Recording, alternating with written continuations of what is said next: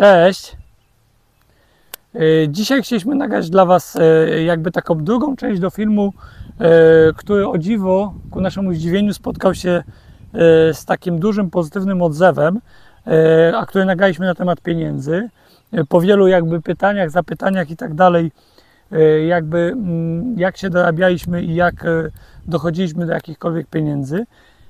Dzisiaj natomiast tak sobie rozmawialiśmy i stwierdziliśmy, że warto chyba byłoby nagrać taki materiał na ten temat, co my uważamy, jakby jak warto wystartować, nie wiem, czy z firmą, czy w ogóle z pracą, czy z jakimś, jak ktoś nie ma pomysłu dla siebie. Tak, może czym kierować się i jakie sobie ustalić takie priorytety i zasady w życiu ogólnie, żeby do czegoś dojść. Dokładnie. Film jest oczywiście bardziej kierowany dla ludzi młodych, ale czasem ktoś nie musi być bardzo młody, żeby czuć się młodo i żeby jakby, Ja się czuję bardzo młodo. jakby chcieć wystartować jakby z nowym pomysłem od nowa. Więc też powiem Wam, często oglądam sobie takie różne filmiki motywacyjne, biznesowe, różnych osób tam w polskim internecie na ten temat i wydaje mi się tak naprawdę, że brakuje tego takiego filmu, więc stwierdziliśmy, że nagramy, bo jest masa filmów o tym, jak tutaj flipować mieszkaniami, jak założyć firmę i jak robić dropshipping, czyli tam sprzedaż przez internet, jak wiele tam innych, albo rzucić wszystko, etat i założyć firmę tak i popłynąć mega, więc... Tak, jeżeli szukacie gotowej recepty, nie sprzedajemy żadnych szkoleń, nic takiego tutaj nie usłyszycie, bardziej chodzi o tą podstawę taką, no w sumie trochę jak należy żyć. Tak, jak w ogóle zacząć, żeby w ogóle cokolwiek osiągnąć. I ja myślę, że to najłatwiej byłoby zacząć od samego początku, czyli w momencie, kiedy czy w ogóle warto studiować, czy nie warto studiować i tak dalej. Moje zdanie jest takie, że warto studiować, ale nie trzeba. Czyli tak, jeśli ktoś wie, co chce w życiu robić i powiedzmy jest ukierunkowany w swoim działaniu i będzie się kształcił na bieżąco, to jakby studia nie są konieczne do tego, żeby osiągnął sukces, ale na pewno nie przeszkodzą, tak? Tak, to jest trochę jak mama naszego kolegi powiedziała: dziecko, ty nie musisz tak naprawdę skończyć tych studiów, ty nie potrzebujesz tych studiów, ale ty studiuj dla samego takiego przeżycia, właśnie takiego doświadczenia, jak to jest. Dokładnie. Więc jeśli ktoś uważa, że studia to jest strata czasu, to myślę, że nie warto absolutnie. To lepiej, żeby się poświęcił zarabianiu pieniędzy, prowadzeniu biznesu i tak dalej. Rzadko kto już na tym etapie życia Właśnie o to chodzi. Ja nawet powiem Wam na swoim przykładzie, w momencie, kiedy zdałem maturę, nie miałem zielonego pojęcia, co będę w życiu robił. I dlatego ja uważam, że studia wcale nie są złym rozwiązaniem. Nawet jeśli studiuje się coś, czego finalnie się nie będzie robić w życiu, to one niekoniecznie są takim złym rozwiązaniem, bo one są jakby często takim poszukiwaniem swojej własnej drogi, tak? Ale nie o tym jakby chcieliśmy mówić. Ja uważam, że studia nie przeszkodzą, ale brak studiów nie jest żadną przeszkodą w tym, żeby się dorobić pieniędzy, żeby zarabiać porządne pieniądze. Tutaj na pewno nie. Co na pewno pomoże? Wiecie co, jak byłem dzieckiem, nastolatkiem, zawsze miałem pretensje do moich rodziców o to, że ganiali mnie do pracy wszelakiej. No, bo wiadomo, wolałbym z chłopakami pograć w piłkę, czy nie wiem, jakieś tam ognisko zrobić, czy nie wiem, grilla, czy cokolwiek, a ja po prostu musiałem pracować, tak? Czy to tam powiedzmy, czy to pomagać, bo rodzice prowadzili sklep, czy powiedzmy, czy nie wiem, czy jakieś tam prace takie wykonywać fizyczne przy domu, czy w polu, czy w ogóle jakiekolwiek inne. I powiem Wam teraz, uważam, że to jest jedna z rzeczy, za którą jestem bardziej im wdzięczny, tak? Bo wszystkie te prace, których się nauczyłem jako dziecko, te doprowadziły później do tego, że one zaprocentowały, tak? Czyli, nie wiem, przykładowo, nauczyłem się wykonywać jakieś prace, nie wiem, ogrodnicze przy domu, one później w życiu mi się przydały. Naprawiałem z ojcem jakieś sprzęty, samochód i tak dalej. Później to się przydało. Wracając jeszcze do takich ważnych rzeczy, ważne są zainteresowania i bardzo ważne jest to, aby te zainteresowania w życiu rozwijać, tak? Jeśli na przykład, nie wiem, Basia lubiła rysować, to rysowanie, powiedzmy, przydało jej się później w architekturze, tak? A jeśli na przykład ja, nie wiem, lubiłem naprawiać motory, czy znałem się na motorach, to będąc już osobą dorosłą, jak wyjechałem do Anglii, zacząłem pracować w Anglii, ponieważ znałem się na motorach, wiedziałem, że tam motory są o wiele tańsze niż w Polsce, więc szybko wpadłem na pomysł, żeby te motory po prostu sprowadzać do Polski, bo różnica między ceną sprzedaży a ceną zakupu była, między ceną jakby, no można było dużo taniej motor kupić w Anglii niż w Polsce, więc był to taki okres, kiedy opłacało się te motocykle przewozić, ale gdybym wcześniej jakby nie miał takich umiejętności technicznych i nie miał wiedzy, dzięki głównie temu, że się interesowałem, to na pewno bym tego nie robił, bo by nie było takiej możliwości, tak? Więc na pewno warto jest rozwijać wszelkiego rodzaju zainteresowania i powiem Wam w zasadzie wszystkie rzeczy, których się nauczyłem, które mi się wydawały, będąc młodą osobą, totalnie zbędne i głupie, potem w życiu po prostu się przydały, tak? I przydały się i zostały wykorzystane. I dlatego uważam, że naprawdę tutaj warto jest te zainteresowania rozwijać, bo w życiu jest też bardzo ważne to, żebyście lubili to, co robicie, tak? Bo nie da się mieć dobrych efektów, jeśli się robi coś, czego się nie lubi, jeśli w tym, co robicie, nie ma żadnej pasji, tak? Jeśli robicie coś, idziecie do pracy i robicie to przez 7-8 godzin tylko po to, żeby odbębnić swoją robotę i wrócić do domu, do żadnych wielkich efektów w życiu w ten sposób nie dojdziecie, tak? To ani biznesu się nie rozwinie, ani po prostu żadnej wielkiej działalności z tego nie będzie. Wiecie co, taką ważną zasadą, o której warto jest powiedzieć i którą ja od pewnego czasu w życiu stosuję, to jest tak zwana zasada Pareto. Ona mówi o tym, że 20% naszej aktywności, 20% naszej pracy, 20% naszych klientów generuje 80% naszych dochodów, przychodów, efektów, a 80% naszej pracy, 80% aktywności generuje tylko 20% dochodów. O co w tym chodzi? Chodzi o to, że jeśli na przykład prowadzicie działalność, czy świadczycie usługi dla kogoś, warto jest wybrać tych najlepszych klientów, te najważniejsze usługi, te rzeczy, które są najbardziej dochodowe i które najbardziej przynoszą Wam satysfakcji i zrezygnować z całej reszty.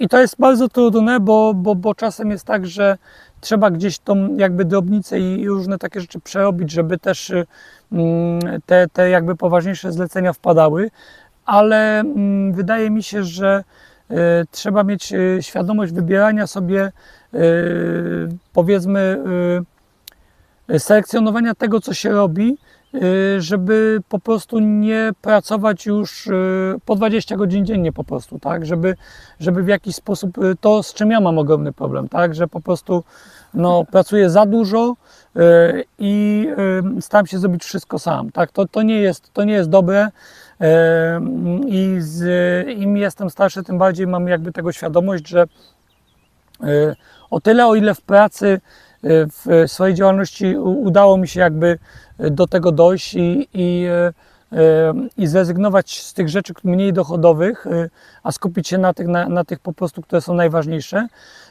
to przy pracach domowych nadal mam z tym jakiś taki problem i nie potrafię tych rzeczy delegować, tak? Więc jakby tutaj no, bardzo ważne jest to, żeby w Waszej działalności, w Waszej pracy, żebyście sobie wybrali te, które są najbardziej dochodowe. Każdy ma coś takiego, że jakby stara się obsłużyć każdego klienta, zrobić każde zlecenie, a po prostu nie warto, tak? Po prostu trzeba wybrać te najważniejsze i skupić się na tych najważniejszych po prostu. Tak, to bardzo trudne jest. Tak, to jest bardzo trudne, ale powiem Wam, no trzeba starać się to robić, bo wszystkiego nigdy nie będziecie w stanie zrobić, a w momencie, kiedy wybierzecie sobie, skupicie się na tych ważniejszych, to będziecie w stanie może lepiej wykonać te ważniejsze. Na jakości zyskać, zdecydowanie. I zyskać na jakości. Ogólnie to jest też taka zasada, która jest jakby jedną z najważniejszych, do której ja też po latach jakby swojej działalności i wykonywania różnych prac doszedłem, że jeśli coś robicie, róbcie to porządnie. Jakby dobre imię jest najważniejszą wartością, jaką macie. I tutaj to jest jakby absolutnie rzecz nadrzędna we własnej działalności, czy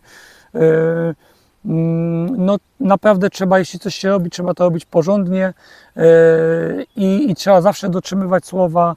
Tak samo ważna jest punktualność, jak i takie, to są takie rzeczy kluczowe, jeśli jakby budujecie swoją markę, to jest najważniejsze. Następną rzeczą, o której chcemy powiedzieć, to jest chyba oszczędzanie, tak? Oszczędzanie, a dokładnie umiejętność niewydawania więcej niż się ma. Dokładnie, bo wiecie, jedna sprawa to jest dużo zarobić.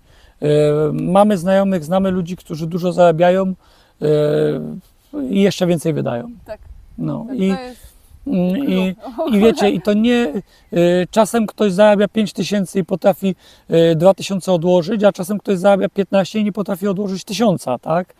Więc wydaje mi się, że tu nie kluczem są zarobki, choć oczywiście to jest rzecz bardzo, bardzo, bardzo ważna.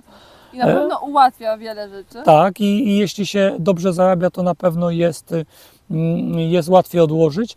Aczkolwiek znamy bardzo dużo ludzi, którzy dobrze zarabiają i nic nie odkładają i żyją na granicy od pierwszego do pierwszego, a znamy ludzi, którzy zarabiają dużo mniej i potrafią sporą część pieniędzy odłożyć. Wiecie co, wydaje mi się, że bez względu na to, ile się zarabia, czy się zarabia gorzej, czy się zarabia lepiej, trzeba założyć, że nie wiem, odkładam 10%, 20%, 30%, 50%, tyle ile dla Was jest możliwe w danym momencie, ale ten nawyk się wyrabia, tak? Ja w sobie ten nawyk wyrobiłem już na studiach, tak? Jak musiałem za jakieś małe pieniążki przeżyć.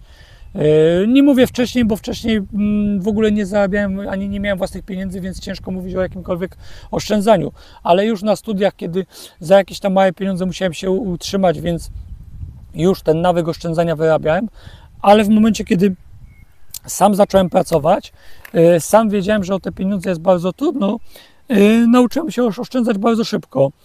I powiem Wam, że bardzo moja taka rada jest taka, że na takim etapie bardzo dobrym rozwiązaniem dla młodego człowieka może się okazać wyjazd za granicę.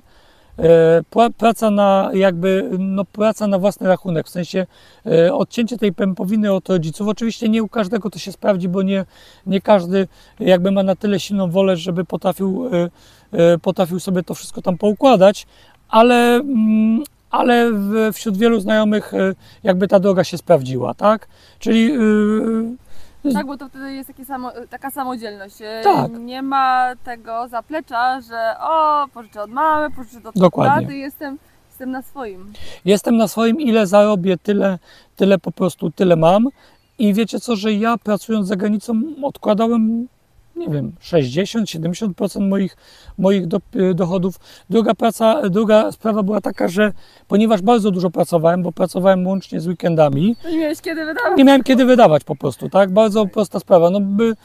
Bardzo dużo pracowałem, więc nie miałem kiedy wydawać i efekt był taki, że odkładałem dużo, tak? Jak pojechałam do Norberta pierwszy raz, widzieliśmy się wtedy na miejscu z tydzień, a potem Norbert pojechał 2 tygodnie na pracę wyjazdową, także naprawdę dużo pracował. Tak, pracowałem bez przerwy gdzieś w jakichś delegacjach, więc jak na przykład mieszkaliśmy w Nottingham, a pracowałem w Szkocji, no to jak już wyjeżdżałem do tej Szkocji, no to już pracowałem 7 dni w tygodniu, bo i tak w zasadzie moim celem jakby głównym wyjazdu za granicę było to, żeby zarobić jak najwięcej pieniędzy, wrócić do Polski i te pieniądze zainwestować, tak? Wiecie co, i tutaj przechodzimy do następnej bardzo, bardzo ważnej rzeczy. Trzeba mieć w życiu jakiś plan. w pewnym momencie musicie sobie zaplanować, nie wiem, że chcecie kupić mieszkanie pod wynajem, chcecie sobie kupić mieszkanie, chcecie wybudować domek. Ten plan musi być oczywiście adekwatny do waszej obecnej sytuacji, tak? Bo czasem dla młodego chłopaka pierwszy plan to może być kupno sobie porządnej fury, tak? Co niekoniecznie musi być aż takim tragicznym pomysłem, tak? Bo każdy jakby młody facet przez to przechodził, tak? Ja też gdzieś na jakimś tam etapie pracy w Anglii też za, nie wiem, 4 czy 5 miesięcy pracy tam kupiłem sobie Z3 na przykład, tak? I kupiłem sobie, pocieszyłem się, później sprzedałem, tak? Choć to też jakby kupno tego samochodu to też w pewnym sensie był jakiś tam interes, bo po prostu bo chciałem na tym zarobić, tak? Summa summarum tam prawie nic na tym nie zarobiłem, ale pojeździłem, pocieszyłem się, tak? Byłem zadowolony, że miałem taki samochód, tak? Dla jakiegoś tam chłopaka, który ma 27-8 lat, no to wiecie, to wtedy to było rzeczywiście już osiągnięcie, tak? Odnośnie jeszcze tego oszczędzania, to wydaje mi się, że też warto jest czasem wychodzić z tej swojej strefy komfortu.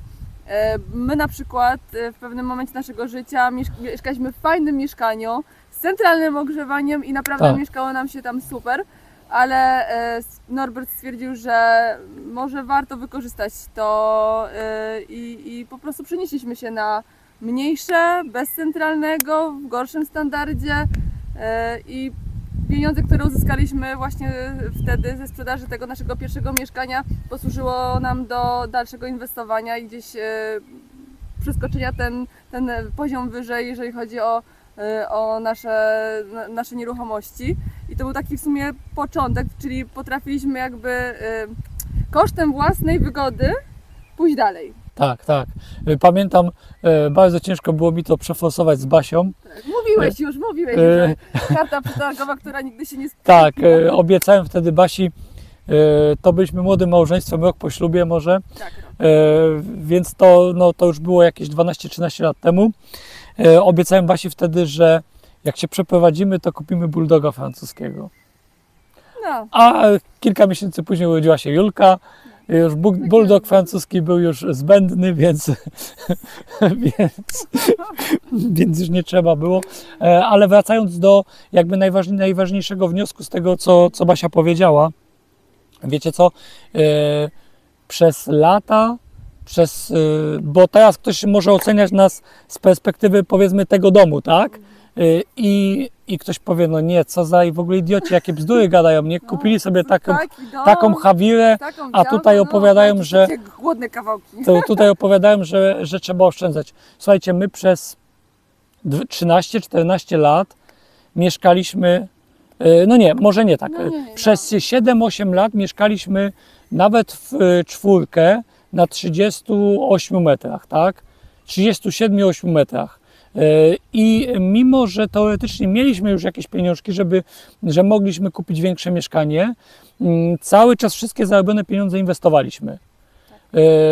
Wszystkie pieniądze inwestowaliśmy i dopiero jakby później, jak jakby znalazła się jakaś okazja, gdzie jakby każda jakby kolejna inwestycja jakby w nieruchomość dla siebie, ja ją rozpatrywałem z punktu widzenia też inwestycji, tak? Czyli to nie było tak, że kupowaliśmy jakąś nieruchomość i tam pakowaliśmy wszystkie pieniążki, jakie mieliśmy, tylko kupowaliśmy zazwyczaj tanią nieruchomość, w którą inwestowaliśmy masę swojego czasu, pracy, pomysłów.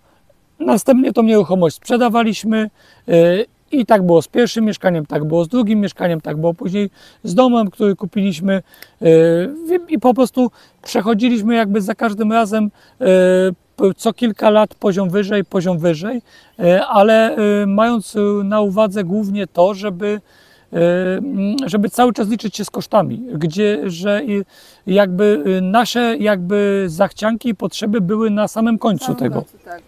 Jakby możliwości były tutaj, a my gdzieś, tak, a my gdzieś tutaj. niżej, tak? Czyli wyglądało to w ten sposób, że powiedzmy, mimo że stać było nas w tym momencie na mieszkanie na przykład, nie wiem, 3-pokojowe, czy w jakimś nowszym budownictwie, mieszkaliśmy powiedzmy w gorszym mieszkaniu, w malutkim, czy tam powiedzmy prawie w kawalerce, No tak, a zarobione, kawalerka. tak, bo to była kawalerka, Generalnie tak. a zarobione pieniądze inwestowaliśmy i jakby to Wam doradzamy na tym początkowym etapie. Nie spieszyć się, inwestować pieniądze, a jakby własne takie potrzeby i wygody odkładać trochę do przodu, bo to jakby w przyszłości zaprocentuje. A wiecie, co jest najtrudniejsze? Najtrudniejszy jest ten etap tych początkowych, tych pierwszych kilka lat, kiedy rzeczywiście no, każdą złotówkę trzeba oglądać z dwóch stron, żeby jakąś bazę do jakby przyszłych inwestycji, pieniędzy, jakikolwiek dorabiania się trzeba mieć. Myślę, że takie właśnie zdrowe jest takie etapowanie też swojego rozwoju, swojego standardu życia. Jakby nie rzucamy się od razu na takie wysokie C. Nie wiem, jakbyśmy kupili na samym początku naszej drogi, zakredytowali się, kupili ten dom. Kupili ten dom, powiem Wam, nic by z tego nie było. Nic z tego nie było. Jeśli byśmy się zdecydowali na przykład na ten dom, No to 10 lat temu nawet. czy powiedzmy nawet 6 lat temu, No, to też. przepraszam, to mam wrażenie, że nawet nie udałoby nam się tego skończyć. No, spalilibyśmy ten pomysł, Tak. nie ogarnęło. Także Bo- jakby takie bezpieczne Tak, wiecie, tak. stopnie do góry. Kroczek po kroczku, Tak. tak? I najpierw trzeba dokładnie zaplanować, co się chce zrobić, zadbać o zaplecze, a dopiero później się jakby iść poziom wyżej. To jest bardzo popularny, To jest jedzenie małą łyżeczką, tak? dokładnie, małą łyżeczką po trochu. To jest bardzo popularny sposób inwestowania. Przez lata był w Anglii. Czyli to taka drabina nieruchomościowa, tak? Czyli idziecie stopień po stopniu wyżej. W Polsce nie jest to takie bardzo popularne, ale wydaje mi się, że u nas raczej to ludzie robią tak, że na przykład najpierw mieszkają w mieszkaniu, potem na przykład budują domy, jeśli ich stać, czy kupują jakieś tam porządne mieszkania w jakimś apartamentowcu, czy w ogóle jakieś duże mieszkanie, jeśli to jest jakby na tym im zależy, bo wiecie, to nie jest tak, że my namawiamy każdego do tego, żeby sobie budował duży dom, bo duży dom to są duże koszty. Ten dom na przykład utrzymanie jego będzie kosztowało 2 razy tyle niż 120-metrowego domu w zwartej bryle energooszczędnego, więc na pewno nie jest to dom dla każdego, tak? To było nasze marzenie, my mieliśmy jakby chcieliśmy to marzenie, robiliśmy wszystko, żeby je zrealizować. I zrealizowaliśmy, tak? Ale czy namawiamy, żeby iść tą drogą? Nie. Nie, bo to nie jest dla każdego. Mamy świadomość tego, że utrzymanie tego domu też będzie kosztować. Też zresztą często nam o tym piszecie, tak? Że dom jest za duży, że drogi w utrzymaniu i tak dalej. Że za 10 lat będziemy sami i nie będzie nam potrzebne. No, Wiemy, mamy świadomość. Ale ile przeżyjemy Dokładnie. w komforcie z naszymi dzieciakami, tyle Tak, nasze. uważamy, za że 10 lat to nie miało sensu, więc to jest dla nas dobry moment. tak, uważamy, że powiedzmy, tak jak ja już jestem, powiedzmy, za kilka tygodni osiągnę ten wiek tych 40 lat, tak, i uważamy, No, poważnie. że to jest po prostu taki etap właściwy na tą chwilę, tak. Wiecie, wiele osób z Was pyta, czy my planujemy sprzedać, czy iść w jakiś kolejny projekt. Nie planujemy sprzedać. Nie planujemy sprzedać. Wiecie, my nie potrafimy Wam teraz powiedzieć, co my będziemy robić za 15 lat, tak? Wiecie co, jak kupowaliśmy tą naszą plombę w Tak. Katowicach, też miało być na zawsze, awsze. Tak, Zawsze. tak. I to było jakieś 10 lat temu. Kupowaliśmy ten dom i stwierdziliśmy, że To jest to. to jest to i tam na zawsze. I wiecie co, nam się tam super mieszkało. My byliśmy bardzo zadowoleni. Ale po 6-7 latach mieszkania tam Wyrośliśmy z niego. stwierdziliśmy, że nie chcemy coś więcej, tak? Więc mimo, że byliśmy bardzo zadowoleni, miejsce nam się podobało, byliśmy zadowoleni z tego domu, z miejsca i w ogóle, z sąsiedztwa, ale zmieniliśmy, tak? Więc no, nie będziemy się teraz zarzekać, że my to tutaj już do śmierci będziemy mieszkać, ale nie planujemy. Bo wiecie, może być tak, że na przykład za 15 lat stwierdzimy, że nie wiem, czy może nie za 15, to za wcześnie, za 20 lat stwierdzimy, że któraś z naszych córek ma liczną rodzinę i to będzie lepszy dom dla niej. a my na przykład wybudujemy sobie 80-metrowy domek i będziemy sobie w dwójkę mieszkać, tak? Nie wiemy tego, tak? Ale nie planujemy, nie mieliśmy żadnego takiego założenia. Mamy kilka jakby planów na przyszłość, ale one nie są związane z naszymi celami mieszkaniowymi, jak to w naszych przepisach podatkowych jest. To nie jest własny cel mieszkaniowy. Bardziej to jakieś są cele rekreacyjne czy inwestycyjne, więc pewnie też na ten temat będziemy chcieli sporo materiałów nagrywać. Nie wiem, jeśli będzie Wam się to podobało, to pewnie więcej na temat takich inwestycji w nieruchomości na naszym przykładzie. Też jakby jak jest taka, może zeszliśmy na ten temat, to też chciałbym wszystkich ostrzec przed tym, że co jest bardzo popularnym trendem w internecie, gdzie na przykład Kuba Midel często nagrywa takie filmy, że najlepiej to jest kupić 10 mieszkań pod wynajem i można z tego żyć do śmierci. Ja uważam, że nie. Mimo że bardzo mocno się tym zajmujemy, uważam, że w ogóle rynek nieruchomości i wynajmu w Polsce się zmieni. Rentowność najmu spadnie jeszcze dużo mocniej niż spadła teraz i trzeba szukać różnych możliwości i pomysłów na siebie. I ważna jest też taka sprawa, wiecie co, nie ma co słuchać takich jakby guru internetowych i różnych osób, które namawiają Was na jedną drogę, tak? Czyli nie wiem, kupowanie mieszkań pod wynajem i to już z tego będziecie żyć do końca życia, szczególnie mieszkań na kredyt, gdzie rynek nieruchomości raz rośnie, raz spada, bo jeśli spadnie, to może być nawet tak, że będziecie musieli sprzedać ze stratą. Druga sprawa, wszystkiego typu inwestycje, typu na przykład, nie wiem, dropshipping i sprzedaż na Allegro, albo kolejna sprawa, kupno kryptowalut, giełda. Słuchajcie, czy giełda, czy kryptowaluty, to na tym etapie jest tylko i wyłącznie pomysł na to dla kogoś, kto ma już pieniądze i jak te pieniądze zainwestować. Ani giełda, ani kryptowaluty to nie jest... Kryptowaluty może bardziej dla młodych osób, które są skłonne ponosić duże ryzyko, ale giełda absolutnie nie jest dla ludzi, którzy chcą tam dorobić się pieniędzy. Giełda jest tylko i wyłącznie po to, żeby inwestować, ale trzeba mieć świadomość ogromnego ryzyka i to nie jest w żaden sposób pomysł dla młodego człowieka, żeby osiągnąć bogactwo, żeby zrobić majątek. Nie. I jakby główne przesłanie z tego filmu, jakby z taką myślą ja chciałem ten film nagrać. Inwestujcie w swoje jakby umiejętności, w to, co umiecie, bo ja uważam, że dużo łatwiej jest dorobić się pieniędzy, dorobić się majątku, wykonując swoją pracę porządnie. Przykładowo, być serwisantem piecy gazowych, być świetną fryzjerką, kosmetyczką, instalatorem budowlańcem takim specjalistycznym, tak? Wykonywać roboty specjalistyczne. Ale najważniejsza rzecz w tym wszystkim, robić to dobrze, skupić się na jakości, wykonywać pracę bardzo, bardzo, bardzo dobrze, tak? Wysokiej jakości i wtedy będziecie polecani, wasza firma, wasza działalność będzie się rozwijać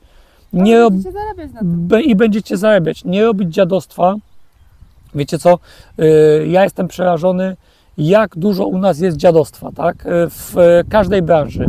Więc jeśli będziecie robić swoją pracę porządnie, będziecie się rozwijać, będziecie zarabiać pieniądze, to jest tak, że czasem zapłacicie frycowe, tak?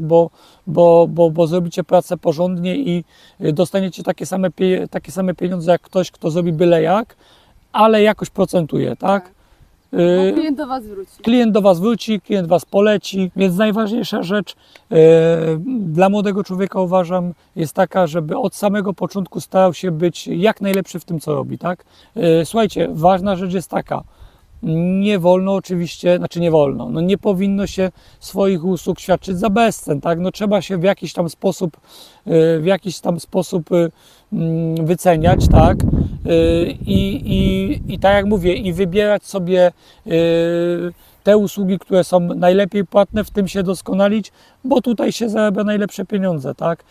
My nie zamierzamy żadnych usług budowlanych świadczyć, ani tutaj nie będziemy Was namawiać na żadne nasze usługi, bo to jakby nie jest nasz pomysł. My nagrywamy to bardziej po to, żeby przekazać nasze doświadczenia, tak?